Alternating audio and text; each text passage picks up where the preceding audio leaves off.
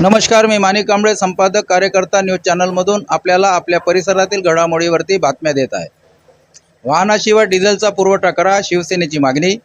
मारेगाव महसूल विभागाच्या कार्यक्षेत्रात येत असलेल्या पेट्रोल पंपावर वाहनाशिवाय डिझेल प्रतिबंधित करण्यात आले आहे।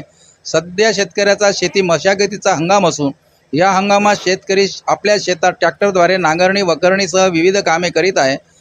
मात्र मशागतीच्या कामासाठी वापरात येत असलेल्या ट्रॅक्टरला लागणारे डिझेल हे ट्रॅक्टरशिवाय पेट्रोल पंप धारक देत नाही, त्यामुळे शेतकरी अडचणीत सापडलेला आहे।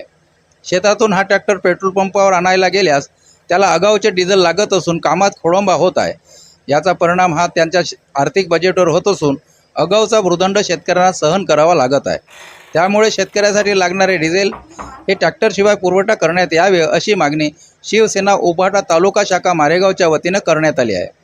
तसेच मागील वर्षी शेतकऱ्याचे नुकसान झाले असून अनेक शेतकऱ्यांनी पीक विमा काढलेला आहे, मात्र शेतकऱ्याचे नुकसान होऊनही पीक विमा मिळालेला नाही। त्यामुळे हा पीक विमा तात्काळ शेतकऱ्यांना देण्यात यावा अशी मागणी तहसीलदार उत्तम निलावळ यांना दिलेल्या निवेदनाद्वारे शिवसेना उभाटा तालुका शाखा मारेगावच्या वतीने करण्यात आली आहे।